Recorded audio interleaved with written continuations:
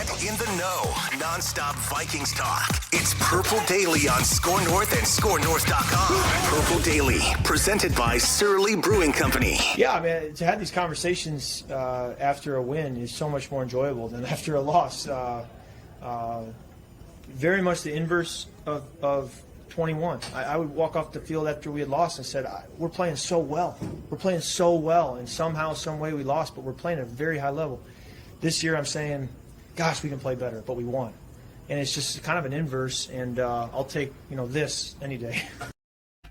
That's exactly right, Kirk Cousins. That's exactly right. You will take that any day because the Vikings enter their bye week at 5-1, up a couple games. I think it's really 3 on their arch rival Green Bay Packers. And Declan, before we do anything, I think we got to wave it, don't we? Wave the flag. 5-1. Go for it. I don't have all the joy, but wave the flag right now. Go for it. Yep. You don't have it. I don't think I have all the joy. That's okay. Oh, the joy right there, huh? There it is. All right. Here it is. Hold on. I found it. Oh, even better. There. Now it's official. There it is. Getting caught up. It's getting caught up. All right. Vikings win. Not pretty. We will get to come back on the screen. We will get to a pie chart. Certainly can get to some nitpicks from the Vikings win against the Dolphins yesterday in steamy Miami. Welcome in to Ventline. Let's set the table here. First of all, our thoughts and prayers are with our guy, Mackie, whose father passed away over the weekend. He'd been sick for quite a while. Those who watch us know that Phil had been going back and forth from his home in Seattle to Arizona to see his dad quite a bit.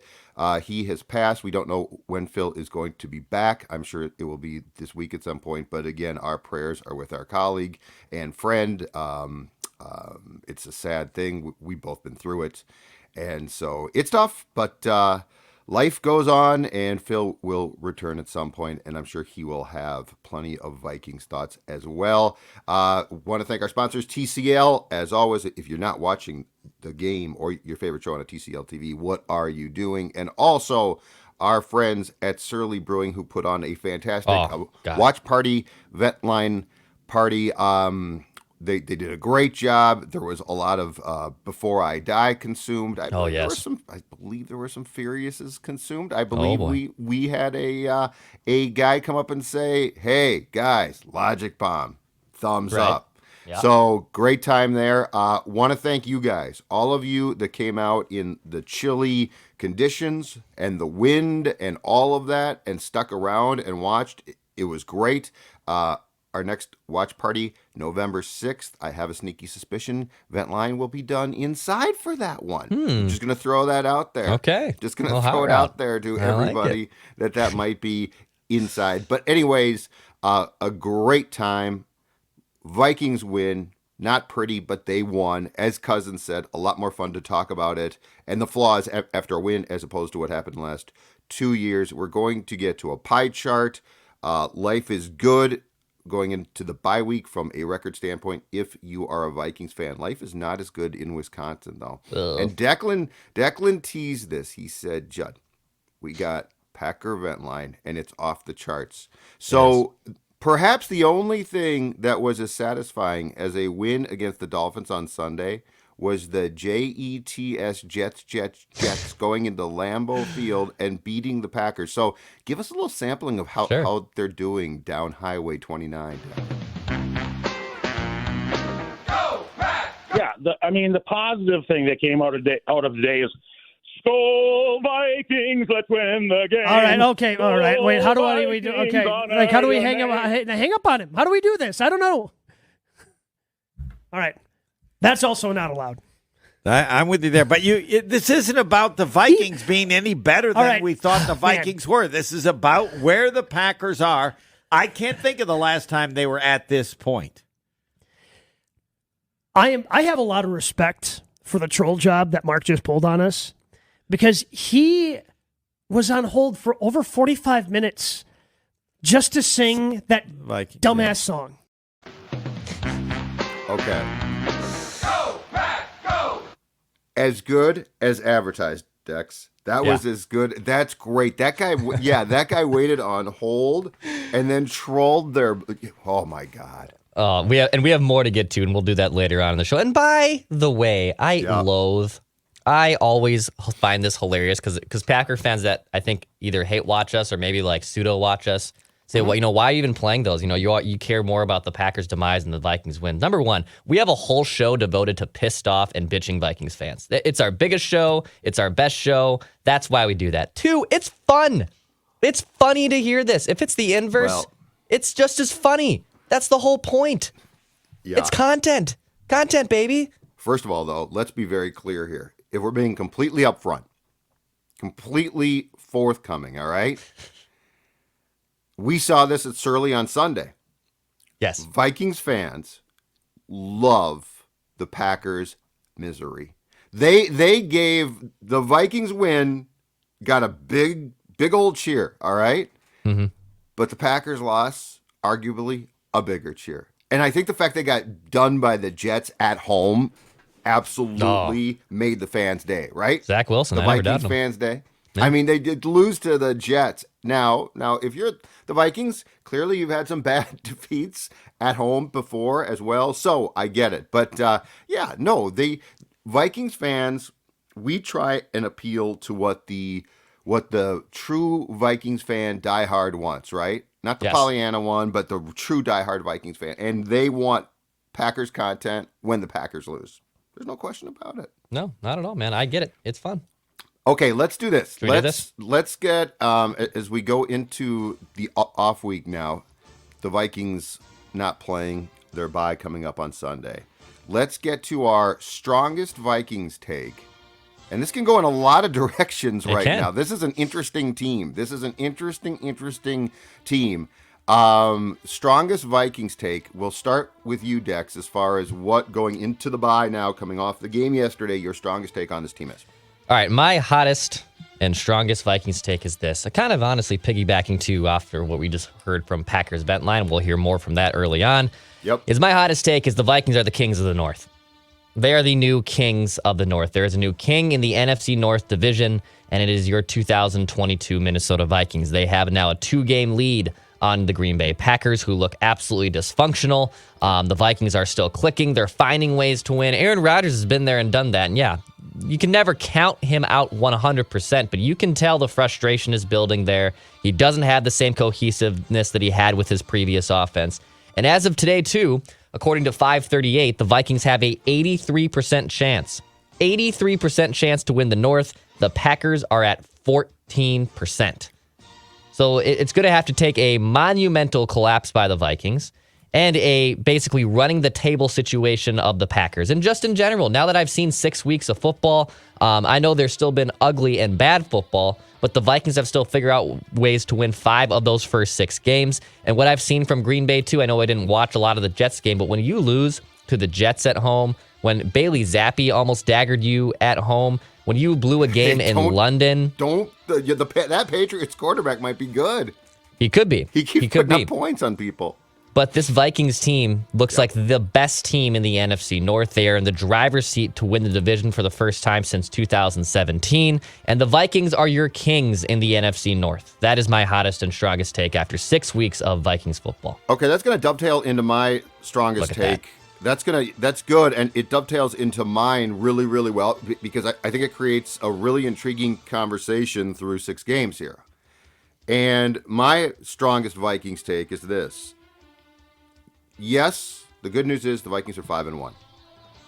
Can't take that away. 5 wins, 5-1, and 6 games in. Unlike, let's say, baseball, is a long way in. Like we are through a decent portion. We are nearing the halfway mark. But that being said, they aren't near their peak yet on either side of the ball. Now, I guess you could say that, well, yeah, that's not great news. I mean, they're 5-1, but here's the way that I see it. You're 5-1, and you have time and room and now a bye week to self-scout for a ton of improvement. And so that's where I'm curious because I mean what we saw on Sunday, and I've been saying this, Dex, it was my contention that in recent weeks, despite the fact that they had what were probably, I think we all could agree, especially the Lions and Bears game. Wins that were too close for comfort, especially at home. The offense was ascending, I thought. Like, I saw improvement, and week by week I saw more and more. Now, yesterday, it sort of just came to a screeching halt. 11 first downs, 3 and out 10 times. Ryan Wright, if I'm not mistaken, punted 10 times, which was a National Football League 2022 season high. So, like, there were a lot of things not to like about that game, especially in this case on the offensive side of the football. But you're 5-1, and you, in my opinion, on both sides of the football, at least when, because I think special teams, aside from the one game last week, has played pretty well. So you are, or should be, ascending. So, like, that's where, when you say they're kings of the North, like, I get what you're saying. I'd like to see more from them, like, more just as I think O'Connell's word, and he's right, was consistency. So I'd like to see more consistency there. But I see it as a positive that you are winning games, and in some cases that you probably shouldn't win. And you've given yourself what essentially is a 3-game cushion in the division over the Packers, who, you're right, are struggling and don't look right. And you have a ton of room for improvement. I see that as the positive, so I'm not saying, well, this team is not playing well and it's going to catch up. Now, if they don't build on this, like, I do think that improvement needs to take place, because the Vikings are doing the football thing of combining a year, which they seem to be getting the good fortune they didn't get the last 2 years, which is, again, fine. But they're combining that with, some breaks, some fortune, and then at the right time, some big plays, which is great. I feel like there needs to be an incremental now and steady climb when they come back from the bye. I think their first game back from the bye a week from this coming Sunday is against the Cardinals, correct? At home, which correct. will give you a chance. Again, the schedule is favorable. But yeah, my hottest take is the Vikings really aren't playing that great, and they are certainly lacking consistency, but the room for improvement and the cushion in now the lead in the division all come together to create, at least with Kevin O'Connell in his first year, a pretty damn good opportunity. Yeah, that's what's so impressive, is that there's a glass ceiling that still hasn't been reached yet. There's a ceiling. Yeah, they're not close to the ceiling. That's exactly right. Yeah, it's not even that there's a glass one. It's just they're still on, level 1.5. It feels like of this little Florida Rambler home, right? Like it just seems like they've still been able to figure out ways to win games. There's still been encouraging signs. The play calling's been there. Yeah, there's been a lot of 3 and outs. I saw our buddy Tyler Fornes tweet out that they're actually on pace to have more 3 and outs this season than they did last season. And I believe, if memory was right, the Vikings led the NFL in 3 and outs. So there is some boomer bust to this offense, but it still feels more cohesive. When we did the state of the offense and statistics the last few weeks, there's just things about the personnel that I've really, really liked that I think are going to be encouraging more. Yes, the defense, I think it is what it is. That they had some great pass rush yesterday. We'll have more, too, by the way, bonus statements on the Mackey and Judd edition that we'll be able to talk about from this Dolphins win as well. So there'll be more Viking statements there. But I think the defense, for what you have said, too, is what it is. It's going to be maybe a defense that can get after the quarterback, but it's not going to shut down the pass. It's going to have some leaky spots. It's got some older players on the personnel side. So I think there's a lot of good things to be had here through the first 6 games. And yeah, you don't have to apologize for wins. You don't have to apologize for the fact that, things have gotten a little hairy in the fourth quarter. These 5 wins this season, for the most part, that's okay. That's totally okay. You're 5-1 going into the bye.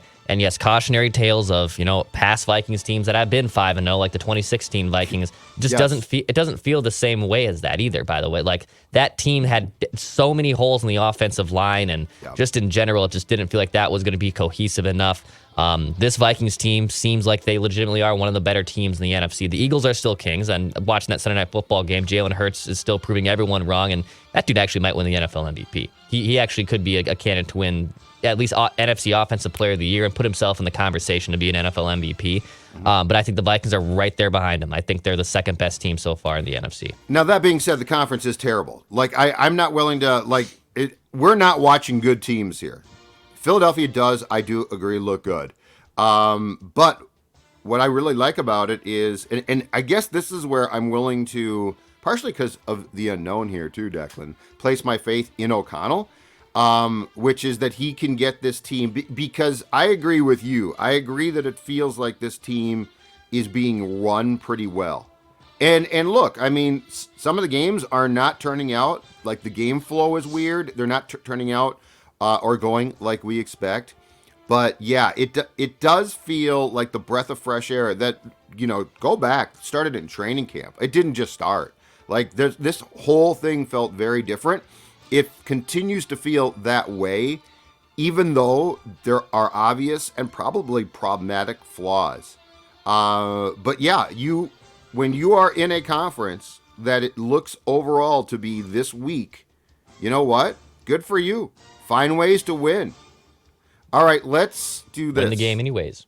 Well, yeah, and you know what? It also goes back to what we've talked about from day one, which is when you look at this league as a whole, there's a lot of games like yesterday's, and there's a lot of flawed football teams, and there's a lot of flawed games. The Bills and Chiefs, just a disclaimer here, are not reflective of the National Football League product. I know you're going to be shocked to hear that, but Mahomes v. Allen ain't reflective of what this league is putting out on a Sunday by Sunday basis. The last 2 Thursday night games have been some of the worst football that you could possibly see. So the Vikings are taking advantage. Good for them. And I think where there's a breath of fresh air here too, Declan, is this one. The last 2 years were so miserable. Like, if O'Connell has a team like this in 3 years, I'd be curious if we're as optimistic about it, because it will be like, well, we expected more. But the last 2 years were just miserable. And Kirk, by the way, God bless him. The bling was back on the plane. Don't know if you saw that. I saw it. The bling was back.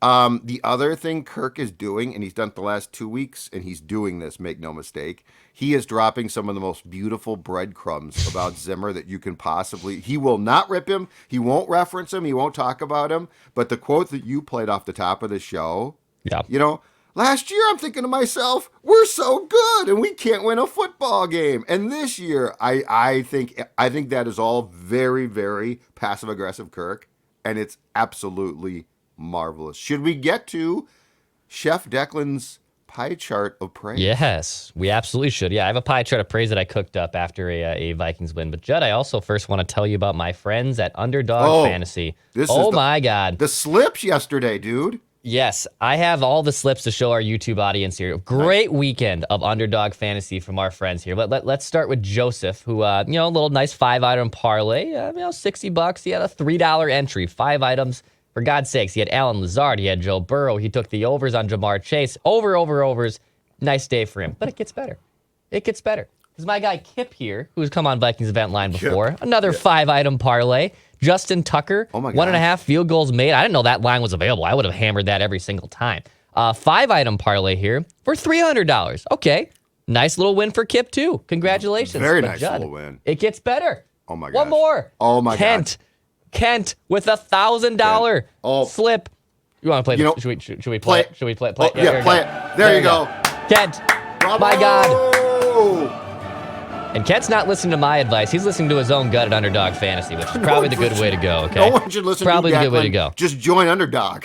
That's right. Join Underdog with promo code SCORE, SKOR. They'll match your first deposit up to $100. Show us those slips as well. It's in the YouTube comment descriptions. If you haven't joined Underdog Fantasy, it helps out us too here at SCORE North. So join us at Underdog Fantasy. Go to underdogfantasy.com. Judd, you also started at Surly Brewing Company yesterday a chant.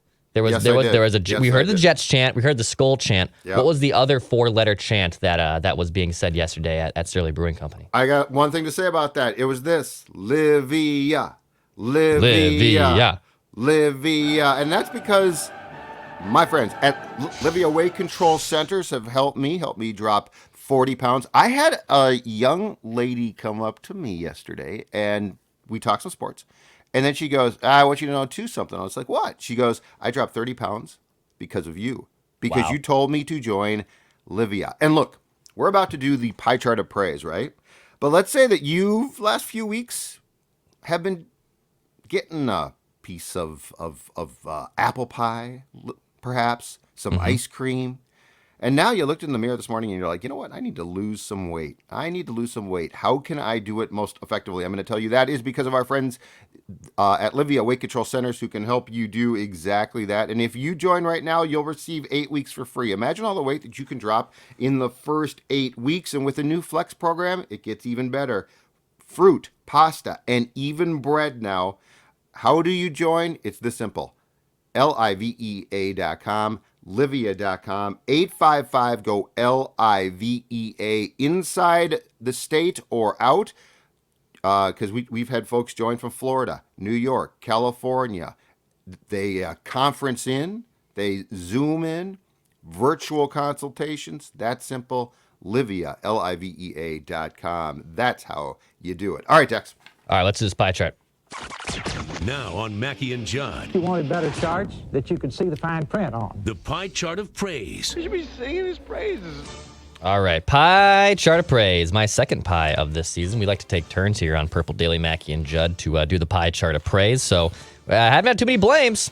Just had one pie chart of blame we had to cook up, Judd. This is our 5th pie chart of praise that we have cooked up in the first 6 weeks of the NFL season. All right. Feeling pretty good. I love a good pie. We're getting closer to Thanksgiving, one of my favorite holidays. We get to wrap up Thanksgiving with Vikings Patriots at home. A gift from the football gods. They just keep on giving, don't they? So, pie chart of praise for me. I have 5 slices of pie, Judd. 5 slices of pie to break down here. Yep, get your pencil, get your pen. Judd loves to write things down. You like to write it down. First piece of pie, a small chunk. You briefly mentioned this, and this guy deserves praise. Ryan Wright, you get a chunk of pie. You get a 5% chunk of pie, okay?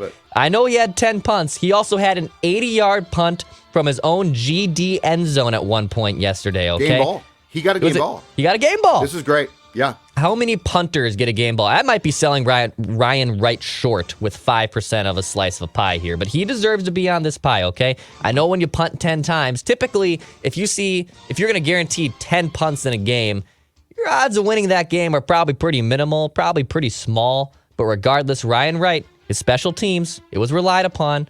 And Matt Daniels, who's cooked up a decent amount of special teams, we'll get to Greg Joseph probably in nitpicks and maybe in bonus statements on Mackie and Judd. But Ryan Wright deserves praise. 5% of the chunk of pie to the punter, the big man, Ryan Wright. That's my first piece of pie, Judd. That's an outstanding call. Absolutely on point. All right. He deserves it. Next piece of pie. Second piece. I'm going to give it to Justin Jefferson at just 10%. A decent day for JJ, okay? 6 grabs, 107 yards, 47 yards was his longest reception, 8 targets. You know, this is who Justin Jefferson is sometimes. Even though it's just 6 targets, he doesn't find the end zone, still finds a way to get over 100 yards, still finds a way to haul in a 47-yard play. Justin Jefferson looking like the best wide receiver in the NFL. So I'm going to give just 10%. He deserves a little piece of pie here, but a small chunk, 10% to the Vikings' number 1 wide receiver, Justin Jefferson. Mm-hmm. So 2 pieces of pie down here. We got 15% of this pie chart so far has been crafted from Chef Dex. And my personal expectations for this kid now, Declan, are so high that that as we watched that game, I thought he's not really doing much. I know. I mean, and he had the one huge catch, but the point is, it's more of a me problem than Jefferson, right? But I'm watching the game. I'm like, man, Jefferson's really not doing much. It seems like Thielen's getting the ball. And then you look at the final game book, and it's like, no, Justin Jefferson did plenty. Yeah, when he has a quiet game like that, that's his quiet game. 6 grabs for 107 yards. Right, that's ridiculous, yeah. If that's a quiet game, that is a great floor for a Justin Jefferson individual performance, right? Next piece of pie, I'm going to go with 20% to the quarterback, Kirk Cousins. So Kirky boy, a couple touchdowns, $175 through the air, not a ton of yards, 30 attempts, completed 66% of his passes. But you know what? Remain calm. Remain calm again in the fourth quarter when things got a little dicey there, and it was an ugly slop fest of a football game in Miami. I don't think any one of us saw the game going like that.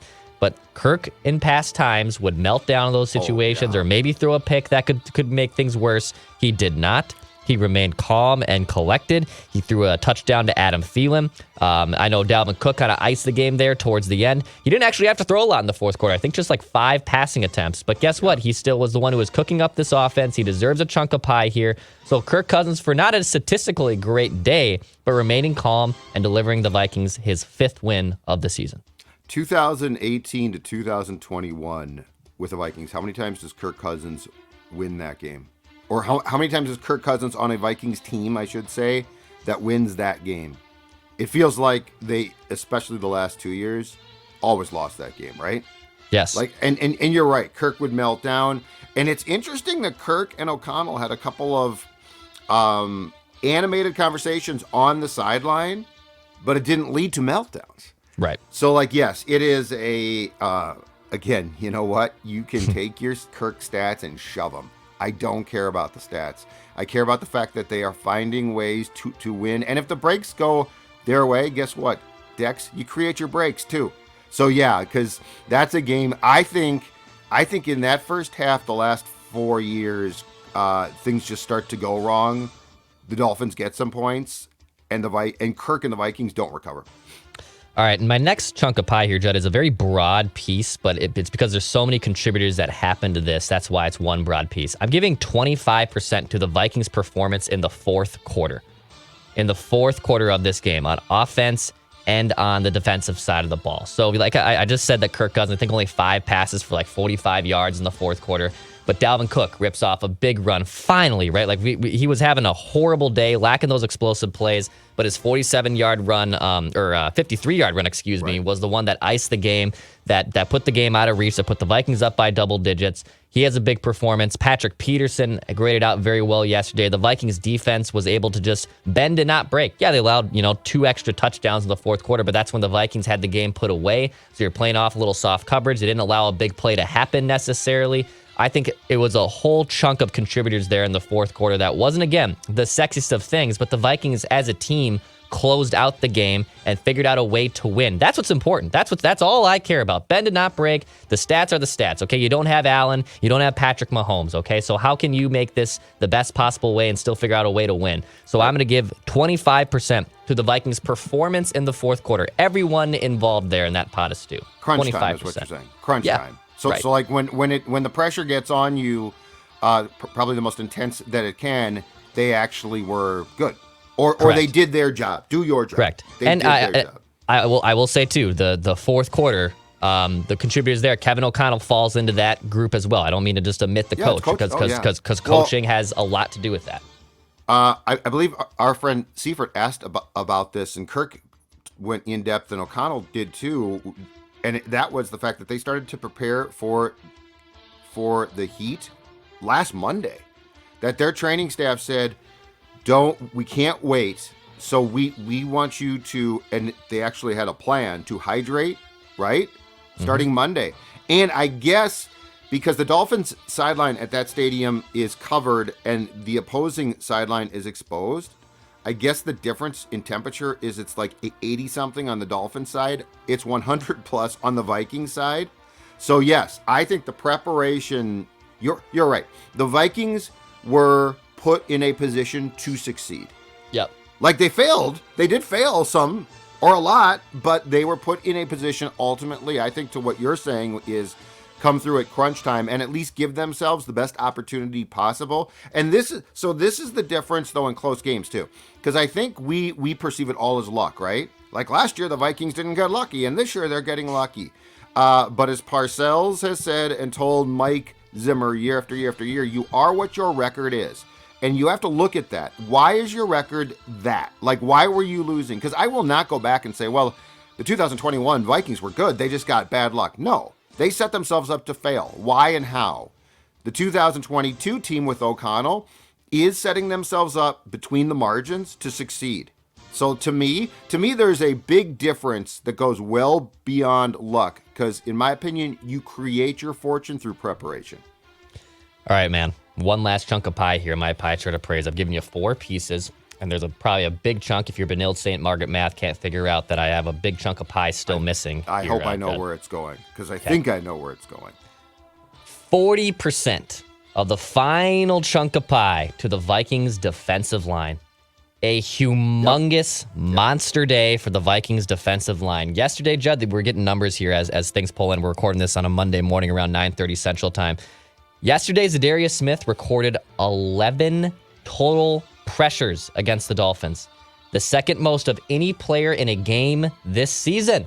Za'Darius Smith, even when limited this season sometimes, because he was battling that knee injury going into the London game, only like 25% of snaps, still figured out ways to get pressure on, right? Yesterday was no different, too.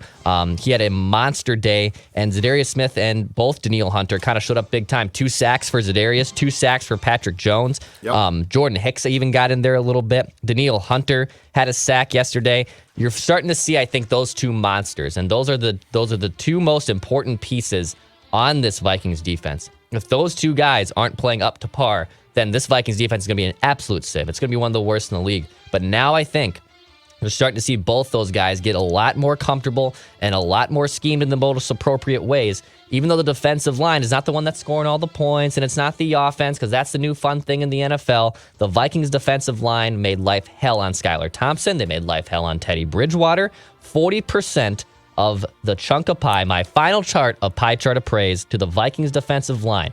So 5 pieces of pie for today in the Vikings win over the Dolphins. 5% to Ryan Wright, 10% to Justin Jefferson, 20% to Kirk Cousins, 25% to the Vikings' fourth quarter performance, and 40% to the Vikings defensive line.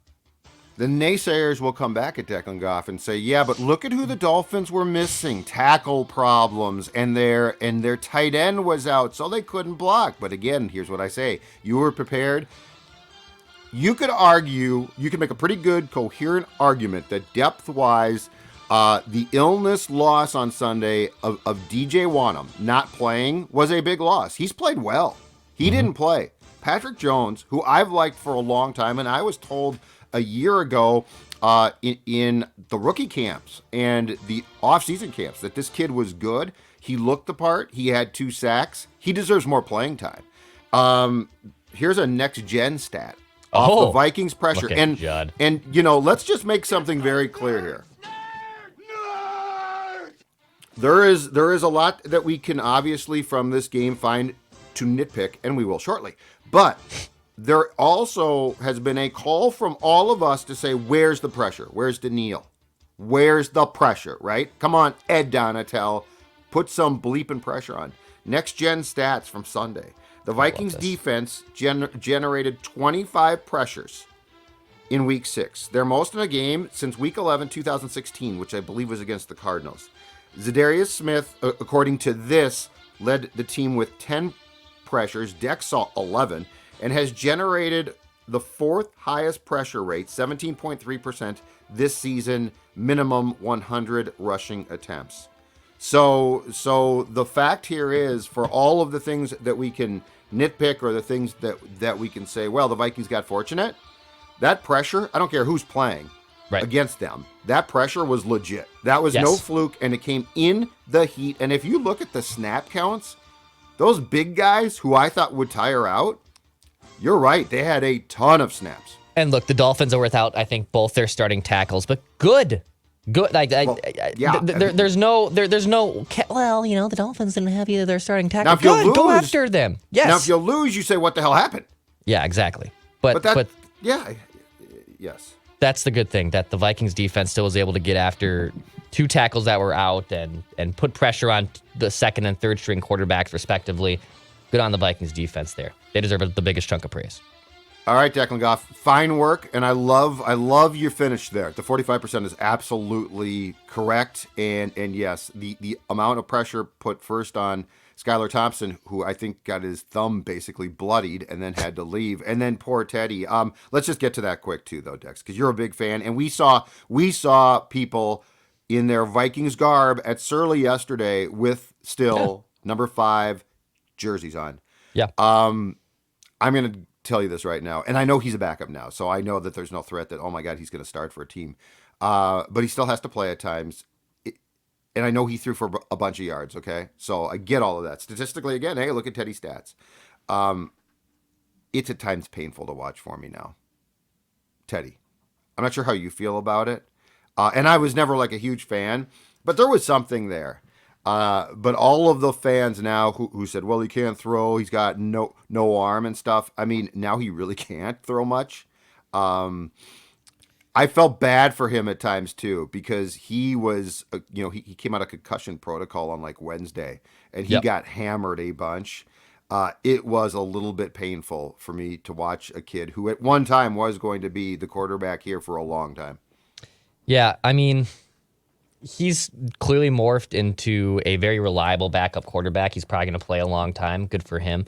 Yeah, he's not, the franchise guy. He really isn't. He's bounced around now, and I would still love him to be my backup quarterback. I think even, if he was cleared and was practicing all week and wasn't hurt, that game's probably a lot closer than it was yesterday. He still threw for a decent amount of yards. He was able to come off the bench. I mean, that's all I could ask for from your backup quarterback. When he comes in like that and performs like he did, I didn't think it was a horrible performance, but he's a backup. He's a backup QB. That's a reliable guy. And, I mean, it's still on the big what if of what could possibly have happened if he never got hurt. It's right up there with a lot of Minnesota sports lore of what if stories.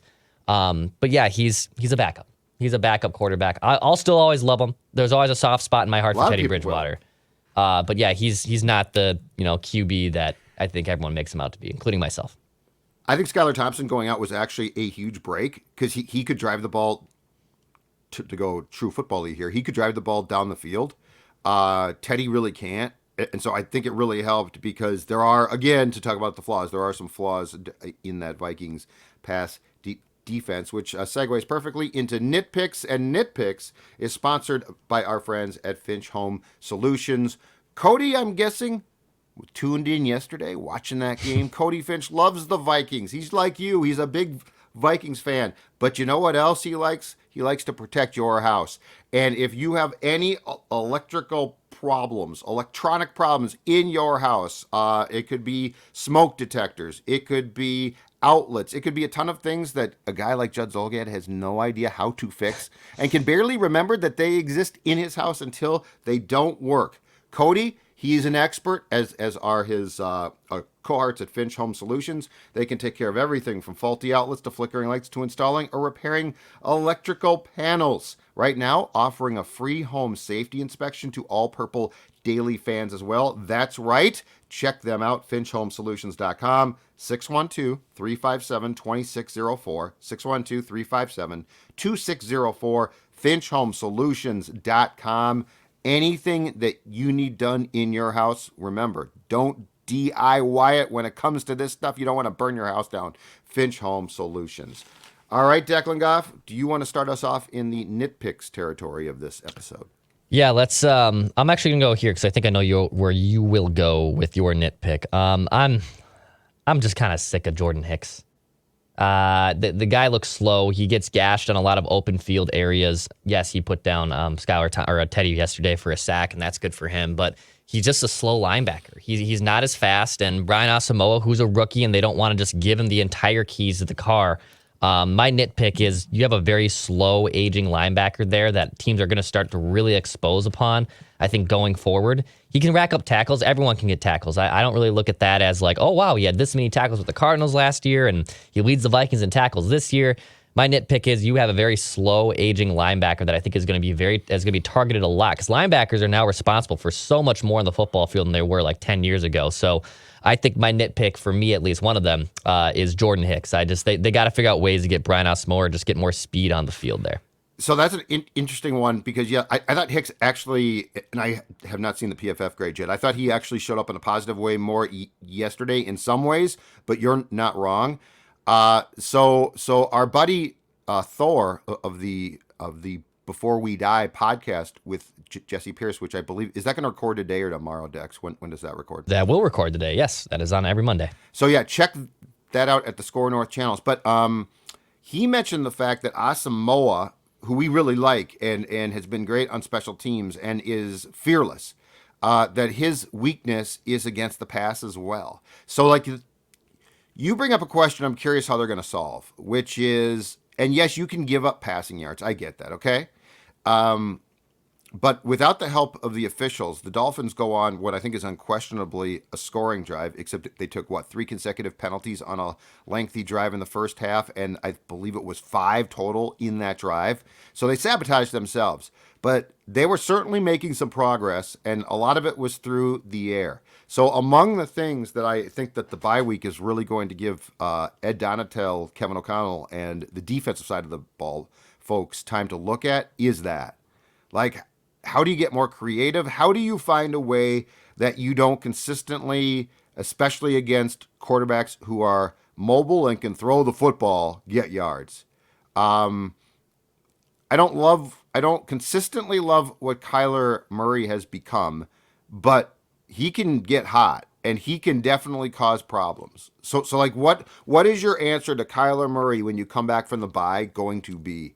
And yeah, Hicks is a veteran guy. Like there's not a lot more there. I don't think that there's like, oh my goodness gracious, he's going to really come around. So I'm with you. It's a concern. There are a lot of concerns. That's the interesting thing. Again, you're 5-1, but there are a lot of concerns, including this one. It's time to talk about my guy. I got a lot of guys. It's not Mark. Yeah, I know you're going to go. It's time to talk about G Money. If you are saying right now, Judd, who's G Money? What the hell are you talking about, old man? Are you trying to sound hip? That is what special teams coordinator Matt Daniels calls kicker Greg Joseph. Unfortunately, it's been G Missy, not G Missy. Money, oh my God, because he's been missing far too many field goals. He missed another extra point. He's now missed 2 in the past 3 games, and I get it's going to happen, but he has missed 4 or 5. Although he did hit a, I think, 36-yard field goal on Sunday. He's missed 4 or 5 throughout the season, though, from 50 plus. He had, and we talked about this extensively, a great camp. We also talked about the fact that O'Connell, who has not said a cross word, and I don't think he's given a cross look to Joseph at this point, would be a very different influence on Greg Joseph than Zimmer was, which was going to be good. But Declan, I don't think I can look past the fact that I think a lot of what we thought that we were going to get from Joseph, we haven't gotten. And that extra point miss, as we all saw, was potentially enormous. Now they got a 2-point conversion after to make up for it, but that doesn't make up for the fact that on the road in a game in which you needed everything that you could do right because you didn't do a lot right. You needed everything that you could do right to go your way. That extra point miss is an enormous miss, and I got to tell you right now, I'm a little bit concerned about Greg Joseph. Yeah, it's unfortunate because the last thing Vikings fans want to hear is a kicker that isn't reliable or a kicker that isn't been consistent this season. Yeah. And now the Vikings are 5-1. So I talked about this with Realistic Randy too, I think last week, and we'll record another episode obviously today as well, that when you're 5-1, I'm not going to get too down the dumps over the kicker, but it is now starting to cross the panic meter of I don't really trust him to make a big-time kick here. Now, They've asked him to kick a lot of 50-yarders. I don't agree with that. I just don't think you need to be doing that as much if he can't consistently make them. You got to make your kicks from inside 40 yards. And, extra points, for God's sakes, dude, it's just an extra point. This is where I agree with Zimmer. Like, just can we eradicate kickers and just pull a blitz football and just put X and just take the extra point? No, they moved it back on purpose. Yeah, it's I know. Harder now. I loathe that, and I don't like it. But they wanted to do that. But I get it. He's definitely crossed the threshold of this could be an issue, and maybe the self-scouting week will also be beneficial to Greg Joseph and the special teams. Here's my problem with Joseph's struggles. Okay, twofold. One is O'Connell made it very clear that his big leg was a big deal. Okay, so the head coach fundamentally disagrees with what you're saying. Like if he had said, you know what, G Money is money from 45 in, right? And like we don't need his big leg. We're not going to worry about those. But coaches can't do that now. And I think the fact that O'Connell sang his praises for he's got a big leg makes it a concern because I feel like he's going to be put in positions more and more to try and make 50-plus yard field goals, which, you know what, if you can't, that's a problem. But the other thing is, the Vikings have been very opportunistic about taking advantage of the fortune and things that have gone their way, and that's translated to wins. I feel like a struggling kicker is tempting fate. I hate to say this, but wouldn't you hate to get to a huge game late in the season, or God forbid the playoffs, and now fate comes back and gets your butt because yes. So that's my thing about Joseph is kickers. If you're just like, oh, it'll be fine, it might be fine. I'm just saying, kickers feel like they're tempting fate. Like if you just watch it and are like, they're 5-1, it's fine. I guess I struggle with that a bit. I'm not calling for a change. I'm just saying you got to be very aware of what we're seeing unfold here. We have been down that road before, and that's where, as Vikings fans, it's just a little concerning. Concerning watching a kicker not make his kicks. Yes, sir. Not make his kicks. Judd, before we wrap on Purple Daily, we do have some more Packer vent line, but you got another nitpick? I got one more nitpick, and then let's unload, okay? Here's my last one. And it's one I don't get, and it's something that can be fixed, but it's a nitpick. What's up with Dalvin Cook's lack of involvement in the passing game? Yeah, it's weird. I don't get that one. 1 catch for 6 yards. Yeah. I really thought that they were going to, and I'm not saying that he's going to get a ton of chances, but 1 catch for 6 yards seems very, very underwhelming and surprising. I guess the nitpick is not on Cook here. The nitpick is on the coaching staff and O'Connell. And I mean, this is the type of thing this week that could easily get fixed, and he could have 3 or 4 potential catches against the Cardinals. But I didn't see this coming. I really thought that Cook's ability, and he can catch the ball, I really thought that ability would be showcased more, and it hasn't been. It's just not. It's strange because they're doing a lot of like tight end screens, and they're even wide receiver screens, and they've kind of abandoned a lot of just traditional running back screens. It seems like they do all these plays with Irv Smith or even Justin Jefferson, and figuring out ways to get balls in their play, which I like, getting the football in playmakers' hands. But it just seems like that's something that is just not making sense, that they're not getting ways for Dalvin Cook to get more touches with the receiving side. It is a little mind-boggling to me. 2 words for you. Wheel route. Wheel route. There you go. Thank you very much. Thank you very much. Okay, so we are pleased. Vikings go into their bye week at 5-1. And in Wisconsin, I don't think they're as happy this morning as we are.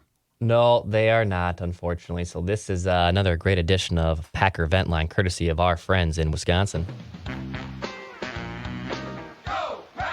And Randall Cobb was a mediocre player to begin with. That doesn't happen. The defense doesn't carry NFL teams anymore. That's not, you have to scheme. You have to be a guy, you've got to be McVay or Shanahan. And guess what? LaFleur is not McVay or Shanahan. He is not going to produce the kind of offense that's needed to get, and Rodgers is going to be stubborn till the end. He'll probably get hurt, to be honest with you. That's probably how it's going to end. You know, the best part, I consider that to be measured. Like for where this team is, that's all probably incredibly fair. That's all probably incredibly fair at 3-3. I would have expected far more vitriol from every caller into that show when you lose to the Jets at home.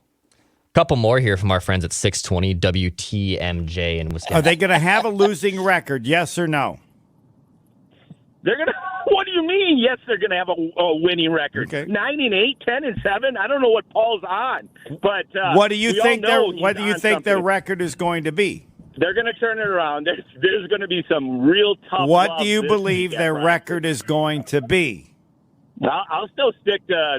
I mean, I have to stick to my record. I'm not going to adjust it. Fine. 13-4. 13-4. Oh, so they're going to go 11-1 the rest of the way.